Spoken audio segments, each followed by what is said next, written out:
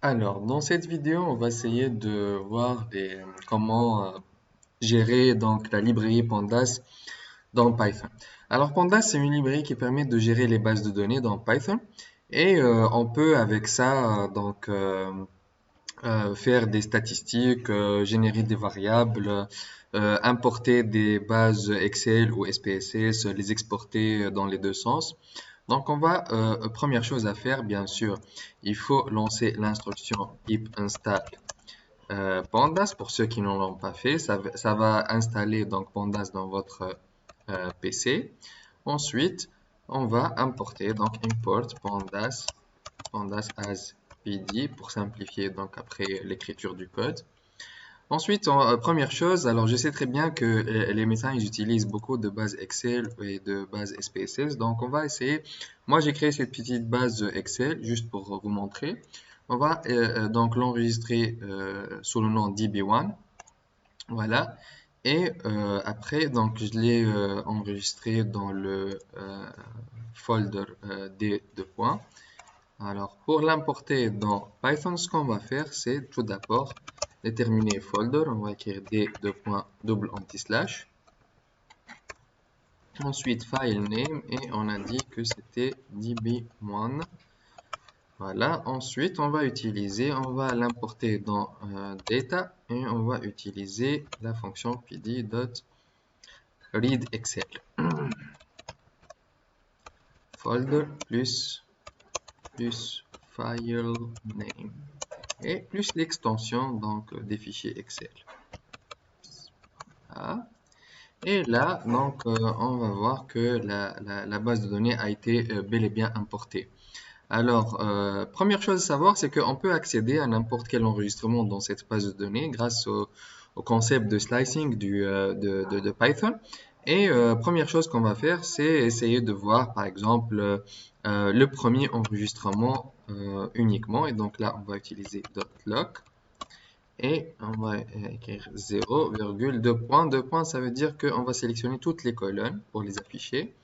Et là, vous voyez que c'est le premier enregistrement. Alors, si je change ici, j'écris 2, ça va donner le troisième enregistrement. Et si j'écris -1, ça va donner le -1, non, mais. Donc, si on veut, par exemple, extraire les trois colonnes sexe, poids et taille, on va écrire tout simplement data et tous les enregistrements. Et ici, on va ouvrir les crochets et nommer donc les colonnes dont on a besoin, sexe, virgule, poids et virgule, taille.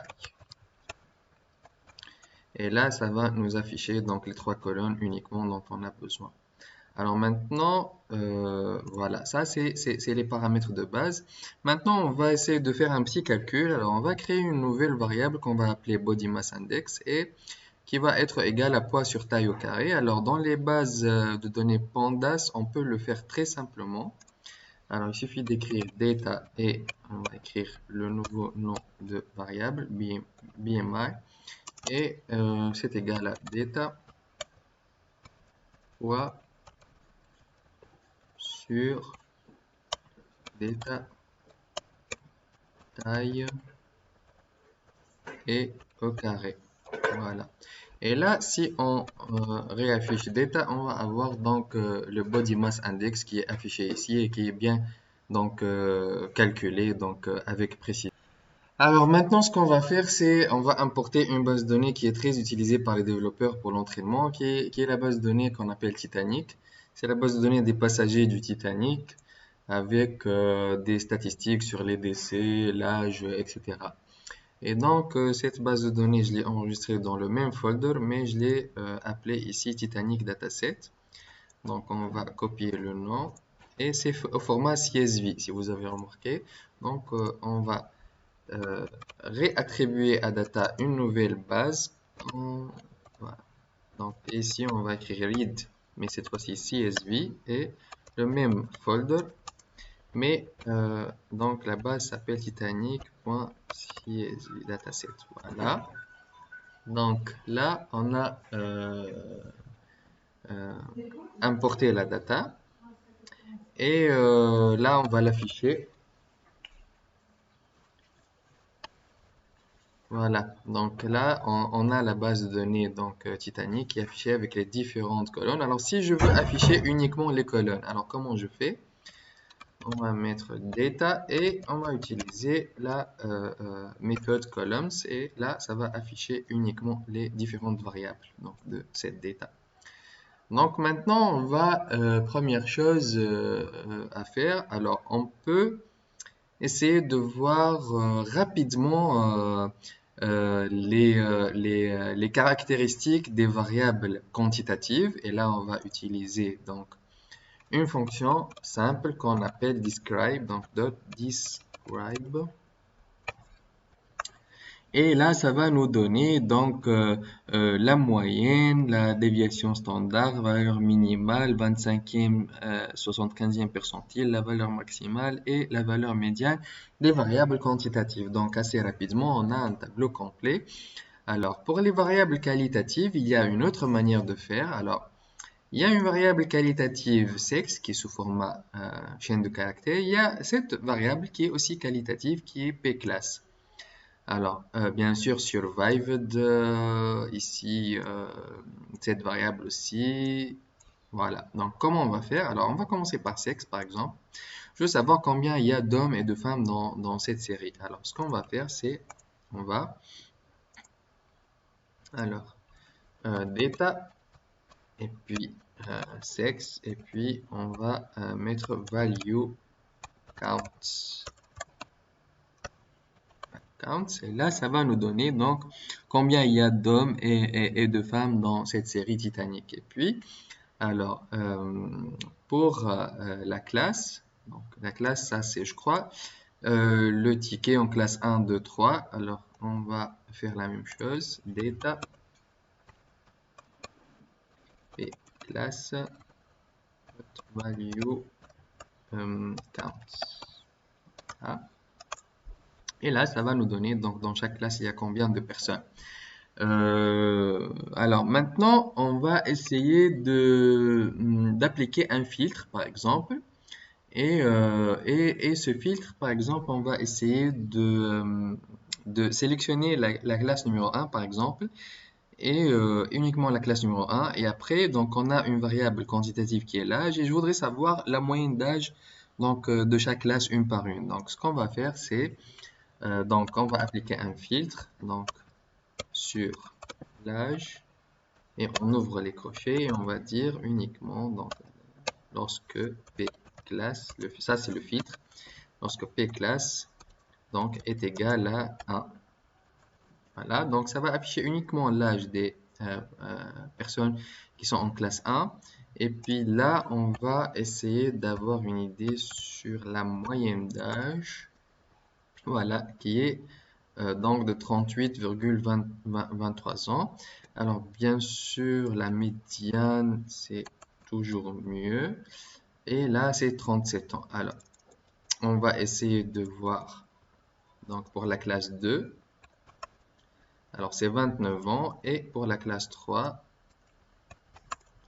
c'est 24 ans. Donc, voilà. Donc, on a déjà une information. C'est que les personnes qui vont en classe 1 sont clairement plus âgés que ceux qui vont en classe 2 et en classe 3. Voilà, donc ça c'est une donnée qui est assez facile à extraire avec Python. Alors, et on a vu en parallèle comment on applique un filtre donc, sur les bases de données dans Pandas.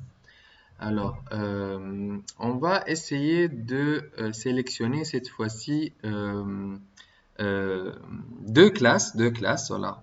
On va essayer de voir pour la classe 2 et 3 ensemble. Donc la moyenne d'âge, ça va être combien? Donc âge. Et on ouvre les crochets. Data. P classe. Et on va utiliser la fonction ou méthode isIn.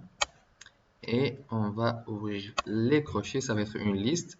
Et on va écrire 2,3. Donc, ce que ça va faire, c'est que ça va sélectionner toutes les P-classes qui sont égales à 2 ou à 3. Et à la fin, on va appliquer la moyenne Donc, et la moyenne, on l'a ici 26,69 ans, donc ça va être presque, voilà. Donc ça, si on veut sélectionner deux classes ensemble, voilà, c'est simple, c'est la fonction isIn. Maintenant, alors, maintenant, si vous avez remarqué, P-class n'est pas considéré par Python comme une catégorie, mais comme un chiffre. C'est-à-dire que si je vais écrire ici data P-class, pardon, et je vais mettre, par exemple, min, ça va me donner une moyenne, ce qui n'est pas logique. Alors, pour pallier à ce problème, on va créer une nouvelle classe qu'on va appeler par exemple C class categorical et on va lui attribuer donc data p class et puis il y a une fonction qui s'appelle asType et dans asType on va déterminer une nouvelle donc un nouveau type pour cette variable p class et ce type c'est catégorie. Donc, voilà. Et donc là, si on écrit data, c'est classe, vous allez voir que c'est pratiquement la même chose. Alors si on met value counts, alors ça c'est a priori la même chose. Mais la différence ici, c'est que après, si on utilise le mode catégorie, on peut faire par exemple un tri. Mais on ne pourra plus faire les fonctions mathématiques. Alors, c'est classe. Si j'écris ici min, alors normalement, ça devrait afficher un message d'erreur. Voilà, parce que c'est catégorique. Alors, ça, c'est très important en matière de machine learning que les classes catégoriques soient vraiment classées comme catégoriques. Alors, maintenant, on va essayer de faire un tri. Donc, on va écrire data, data, par exemple, c'est classe, et on va écrire ici sort values et by equal, pardon, equal, donc c'est classe.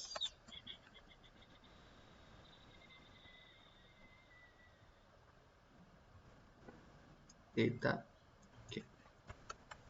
Voilà. Donc, ici, ça va afficher donc la base de données, mais par ordre croissant, donc selon la classe. Vous voyez ici que les premiers sont les classes 1 et puis à la fin, il y a les classes 3. Donc voilà, donc ça c'est une méthode que permet donc les variables de classe catégorique dans les pandas data frame. Alors bien sûr, dans pandas data frame, on peut faire un groupage. Donc on va écrire data group by et ça va grouper le résultat selon certaines conditions. Alors ces classes, on va écrire observed equal false et puis ici on va ajouter size et ça va nous donner donc les classes par ordre, donc 1, 2, 3 et là chaque classe combien il y a de personnes dans cette classe. Donc là on a utilisé la méthode group by. Alors bien sûr, on peut utiliser comme ici value counts, mais comme je vous ai expliqué, il vaut mieux que lorsque ce soit catégorique, il vaut mieux les transformer en catégories et utiliser après group by, voilà, pour avoir des données précises. Maintenant, on va essayer de voir les missing values. Alors, les missing values, c'est très important, d'autant plus que je sais que en médecine, nos bases de données comprennent souvent des missing values. Et dans cette base, il y a aussi des valeurs manquantes, comme vous voyez ici. Alors, comment savoir combien il y a de valeurs manquantes dans une variable donnée? Alors, il y a une fonction dans Pandas, la librairie Pandas. Alors, data, par exemple, je voudrais savoir combien il y a de personnes dont on n'a pas l'âge. Et cette méthode s'appelle isNull. IsNull, donc ça va afficher donc, toute la base avec true à chaque fois qu'il n'y a pas d'enregistrement. Et pour avoir une idée sur combien, juste quand je veux savoir combien d'enregistrements manquants, je vais ajouter la méthode sum et là ça va nous donner 177. Donc si je veux savoir en pourcentage, donc je vais prendre ça et puis je vais diviser par length data et multiplier par 100 et on a un pourcentage. Donc 19,86% de valeur manquante donc dans la variable âge. Maintenant, je voudrais donc, alors il y a bien sûr une autre méthode qui fait pratiquement la même fonction qui est isNA et ça va donner le même résultat, hein. Donc maintenant, je veux remplir par exemple les valeurs manquantes de age par la médiane, par exemple, et là, il y a une fonction, donc data age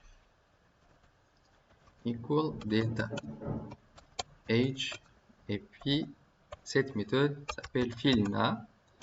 Et on va écrire ici la valeur avec laquelle on va remplir les valeurs manquantes. Et on va utiliser par exemple ici data age. Et on va utiliser la médiane. Voilà. Et là, on vérifie combien il y a de valeurs manquantes dans la variable âge. Le résultat va être normalement 0. Voilà. Donc on a rempli toutes les valeurs manquantes par la médiane de l'âge. Voilà. Maintenant, ce qu'on va faire, c'est bien sûr, il y a la manipulation des chaînes de caractères dans Pandas. Alors, pour manipuler les chaînes de caractères, alors on va par exemple prendre name, qui est une chaîne de caractères, donc data name. Et data name, par exemple ici, on va essayer d'afficher, mais en majuscule. Et donc, on va utiliser la méthode str et puis upper. Alors, str, elle va transformer tout ce qui est écrit ici en string et puis sur laquelle on peut appliquer les fonctions applicables sur les chaînes de caractères comme up. Et là, ce qu'on va obtenir, c'est tous les enregistrements qui deviennent en majuscule. Voilà, donc les mêmes méthodes qu'on utilise dans les chaînes de caractères, une fois on écrit la méthode str, peuvent être utilisées donc sur les pandas librairies. Voilà, donc ça, je pense...